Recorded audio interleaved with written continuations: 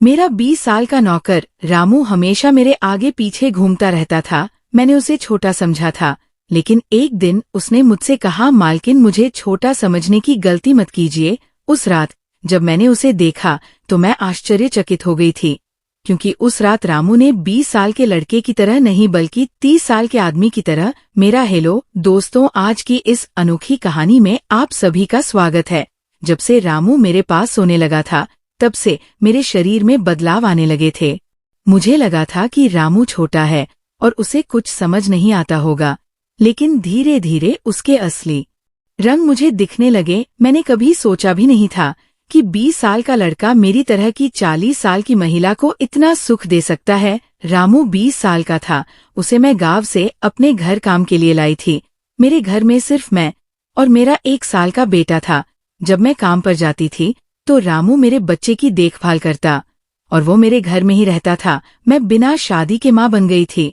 मेरे प्रेमी ने शादी का झांसा देकर मुझसे प्रेम का खेल खेला। जब मैं गर्भवती हो गई तो मैं उसके घर गई और वहां मैंने देखा कि उसकी शादी हो रही थी। उसने मुझसे प्रेम का नाटक किया और किसी और लड़की से शादी कर ली थी। मेरे पेट में पल रहे बच्चे को मारने का मेरा मन नहीं हुआ, और जब मैंने गर्भपात कराने का सोचा तब तक समय निकल चुका था। मैं 5 महीने की गर्भवती हो चुकी थी। मेरे माता पिता ने मुझे और मेरे बच्चे को स्वीकारने से इनकार कर दिया। तब मैं अकेली रहने लगी। कई महीने पहले मैं अपने गांव गई थी अपने दादा के 100वें जन्मदिन के लिए। मेरे दादा ने मुझे जन्मदिन का निमंत्रण भेजा था और इसलिए मैं गांव गई थी। मेरे बेटे को वहां सिर्फ मेरे दादा ने ही प्यार से गोद में लिया था। आरव उनके पास खेल रहा था। तभी ऑफिस से मेरा फोन आया और मैं कुछ देर के लिए फोन पर बात करने के लिए बाहर चली गई। जब मैं वापस आई तो मेरा आरव दादा के पास नहीं बल्कि घर के एक नौकर के पास था। मैंने देखा कि आरव उस नौकर के पास अच्छे से खेल रहा था। मैंने अपने बच्चे को उस नौकर से लिया और वहां से जाने लगी। तभी उस नौकर ने मुझे रोका। वह कहने लगा, मालकिन मुझे थोड़ी मदद चाहिए।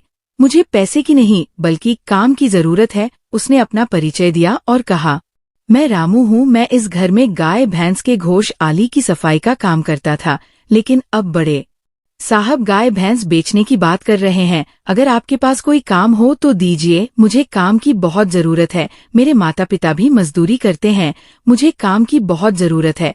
तब मैंने कहा, मेरे बच्चे की देखभाल का काम है, लेकिन इसके लिए तुम्हें शहर चलना होगा। इस काम के लिए मैं तुम्हें 000 महीना दूंगी। रामू मेरे साथ शहर आने के लिए तैयार हो गया। आरव उसके साथ अच्छे से रहता था और ये देखकर मैंने रामू को अपने घर लाने का फैसला किया। रामू तब से मेरे घर में ही रहने लगा। उसने कहा कि हर 4 महीने बाद जब थोड़े पैसे जमा हो जाएंगे तब वो अपने गांव जाएगा। रामू दिन भर मेरे बच्चे की अच्छे से देखभाल करता और घर के कामों में भी मेरी मदद करता। रामू को घर आए 1 महीना हो चुका था और इस 1 महीने में उसने मेरा दिल जीत लिया था। उसकी देखभाल से मेरे बेटे की सेहत भी सुधर गई थी। जो आरव मुझे परेशान करता था, अब वो रामू के हाथों से अच्छे से खाना खाता था। मैंने रामू को एक अलग कमरा दिया था। एक दिन रात में आरव बहुत रोने लगा। किसी भी तरह से वो शांत नहीं हो रहा था। बच्चे के रोने की आवाज सुनकर रामू मेरे कमरे में आया और उसने आरव को मुझसे ले लिया रामू के पास। जाते ही आरव शांत हो गया था। रात बहुत हो चुकी थी। आरव रामू को छोड़ नहीं रहा था, तो मैंने रामू को अपने कमरे में ही सोने के लिए कह दिया। सुबह जब मैं उठी तो आरव रामू से लिपट कर सो रहा था। उस रात के बाद से रामू आरव के लिए मेरे कमरे में सोने लगा। रामू के आने के बाद सब कुछ अच्छे से चल रहा था। रामू के काम से खुश होकर छुट्टी के दिन मैं उसे मॉल लेकर गई। वहां मैंने उसके लिए अच्छे कपड़े खरीदे और सैलून में जाकर उसकी नई हेयर स्टाइल बनवाई। रामू देखने में अच्छा था, लेकिन वह एकदम साधारण तरीके से रहता था। उस दिन मैंने उसका पूरा लुक ही बदल दिया था। उसे नए अंदाज में देखकर मैं भी उस पर विश्वास नहीं कर पा रही थी। कल तक जो एक साधारण सा नौकर था, वो इतना हैंडसम और स्मार्ट दिख सकता है, इसकी मैंने कल्पना भी नहीं की थी। मॉल से हम घर आए तो आरा आते ही सो गया था। मैंने उसे कमरे में बिस्तर पर सुला दिया और पानी पीने के लिए बाहर जाने लगी। तभी रामू मेरे लिए पानी लेकर आया। पानी पीकर मैंने गिलास रखा और रामू मुझे तब से ही एकटक देख रहा था। जैसे ही मैंने गिलास रखा उसने मुझे गले लगा लिया। कई सालों बाद किसी पुरुष ने मुझे गले लगाया था। मैंने उसे खुद से दूर किया। तब रामू ने कहा, मालकिन, आपकी वजह से आज पहली बार मैंने खुद से प्यार कर सीखा है। जिंदगी बहुत खूबसूरत है, बस इसे जीना आना चाहिए। आज आपने मेरा काया कल्प करवा कर मुझ पर बहुत बड़ा उपकार किया है। मैं सच में बहुत अच्छा दिख रहा हूँ। रामू के चेहरे पर खुशी देखकर मैं भी खुश थी। अगले दिन से वो बहुत स्वच्छ और सलीके से रहने लगा था। वो 20 साल का था, लेकिन गांव का लड़का होने के कारण उसकी कद काठी अच्छी थी। वो घर में भी रोजाना कसरत करता था। उसकी लंबाई भी ठीक ठाक थी। मैंने उससे उसकी पढ़ाई के बारे में पूछा था, लेकिन उसने कहा कि अब उसका पढ़ाई से मन उठ गया है। हर सुबह ऑफिस जाने से पहले मैं अपने बच्चे को दुलार कर ऑफिस के लिए निकलती थी। आज जब मैं ऑफिस के लिए निकलने से पहले आरव को चूमने गई, तब वो रामू की गोद में था। अचानक आरव ने अपनी गर्दन घुमाई और मेरे होठ रामू के गाल पर जा लगे। मुझे बहुत शर्मिंदगी महसूस हुई। मैंने उससे माफी मांगी और ऑफिस के लिए निकल गई। शाम को जब मैं घर आई तब भी मैं रामू की आंखों में नजर नहीं मिला पा रही थी। रामू ने आरव को खाना खिलाकर सुला दिया था। फिर हम दोनों ने साथ में खाना खाया। खाना खत्म करने के बाद मैं अपने कमरे में गई। वहां मैं अपनी दवाइयां ले रही थी। मुझे माइग्रेन की समस्या थी, उसी की दवा मैं ले रही थी। दवा लेने के बाद भी मेरा सिर बहुत दर्द कर रहा था। मैं अपने कमरे में सिर पकड़कर बैठी हुई थी।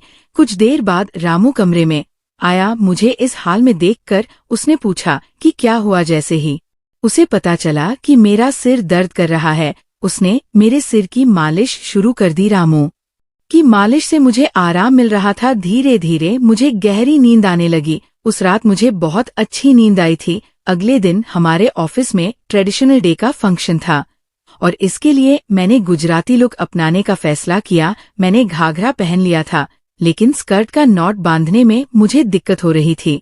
तब मैंने रामू को कमरे में बुलाया और उससे नोट बांधने को कहा। नोट बांधते समय उसका हाथ मेरी खुली पीठ पर से गुजर रहा था।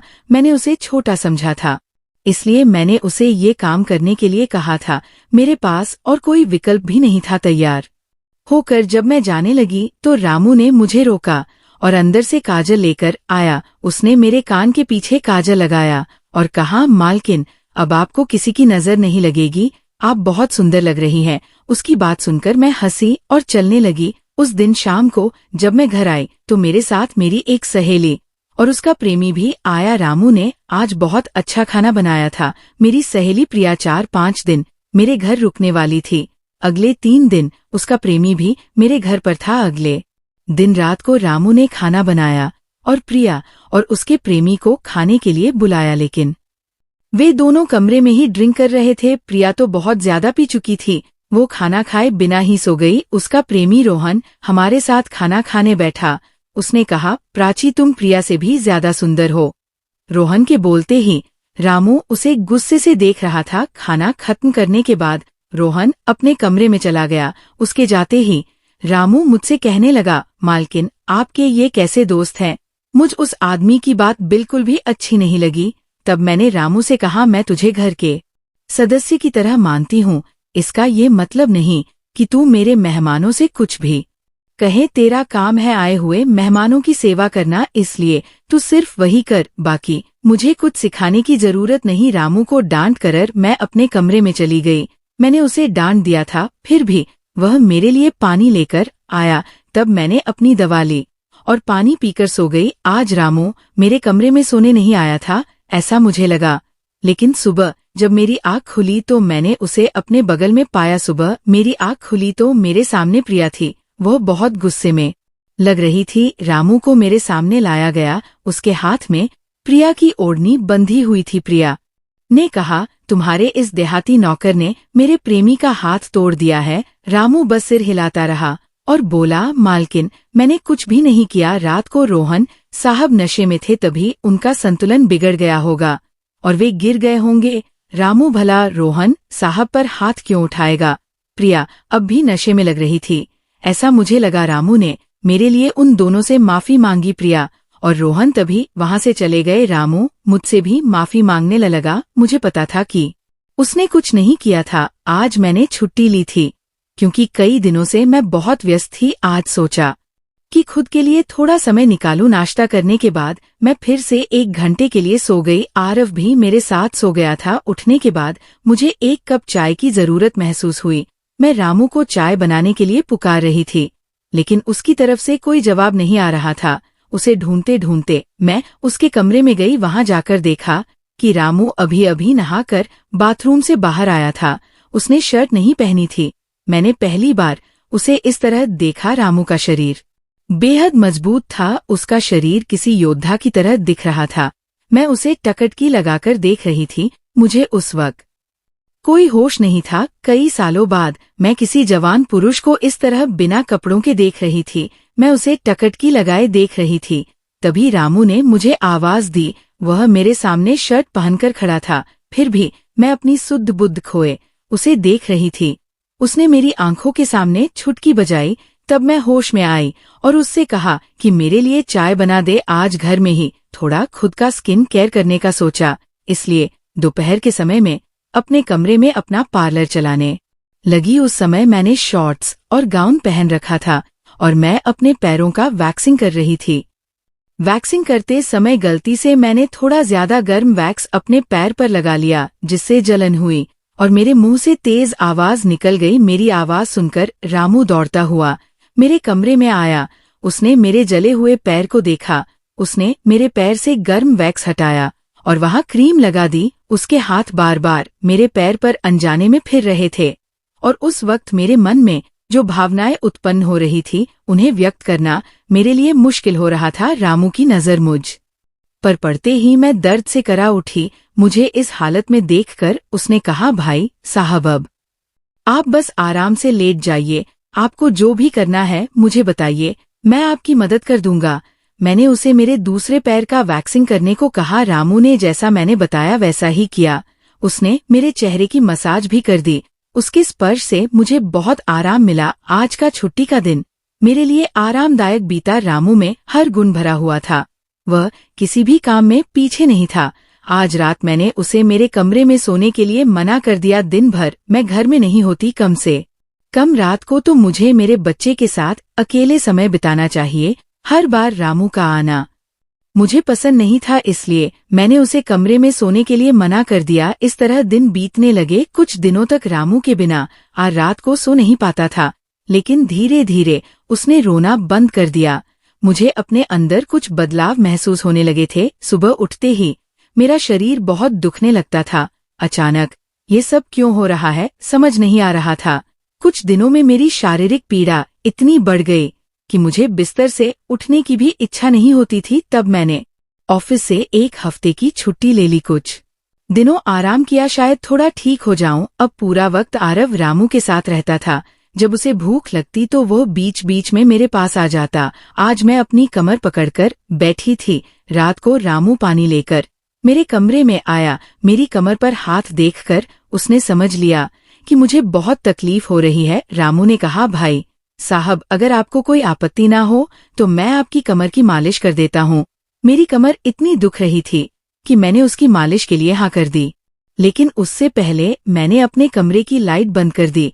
छोटे 0 बल्ब की रोशनी में मेरी कमर उसे नहीं दिखेगी, इसलिए मैंने कमरे की बड़ी लाइट बंद करके 0 बल्ब जला दिया। वह जब मालिश कर रहा था मुझे बहुत आराम मिल रहा था। मालिश करने से मेरी पीड़ा जैसे झट से गायब हो गई थी। मालिश करते समय रामू ने मुझसे पूछा, भाई साहब आपको आरव के पिता की कभी याद नहीं आती? आप इतनी सुंदर और जवान होकर भी अभी तक अकेली क्यों है? उसके सवाल का मेरे पास कोई सही उत्तर नहीं था। मैंने उससे कहा कि शायद तुम्हारे सवाल का उत्तर मेरे पास नहीं है। उस सवाल पर वही विराम लग गया। रामू की मालिश से मुझे अच्छी नींद आ गई थी। अगले 2 दिन बाद वह तारीख थी जब मैंने अपने प्रेमी से मुलाकात की थी। आखिर वो दिन आ ही गया। उस दिन मैंने दिन भर अपने मन को किसी न किसी काम में व्यस्त रखने की कोशिश की, लेकिन रात के अंधेरे में मुझे अपने प्रेमी की बहुत याद आ रही थी। आज वो मेरे साथ नहीं था, लेकिन वह मेरे बच्चे का पिता था। आरव को देखकर मुझे रोज उसकी याद आती थी और आज मैं अपनी भावनाओं को छुपा नहीं पाई। मैं अपने कमरे में जोर जोर से रोने लगी। आरव पास में सो रहा था, इसका भी मुझे ध्यान नहीं रहा। मैंने आज अपनी दवाइयां भी नहीं ली थी। रामू पानी लेकर मेरे कमरे में आया। मुझे रोते हुए देखकर उसने ने मुझे पानी पिलाया। जब मैं शांत हुई तो उसने मुझे दवाइयाँ दी। मेरे रोने की आवाज से आरव हल्का हिलने लगा, वो जाग ना जाए इसलिए। रामू मुझे अपने कमरे में ले गया। वहां जाकर मैंने उसे कसकर गले लगा लिया। ऐसा लग रहा था कि मैंने अपना होश खो दिया था। मेरा रोने का कारण सुनकर रामू भी शांत हो गया था। वह लगातार मेरे आंसू पोंछ रहा था। रोते रोते मैंने उसका कंधा पकड़ लिया। धीरे धीरे मैंने उसे और करीब खींच लिया।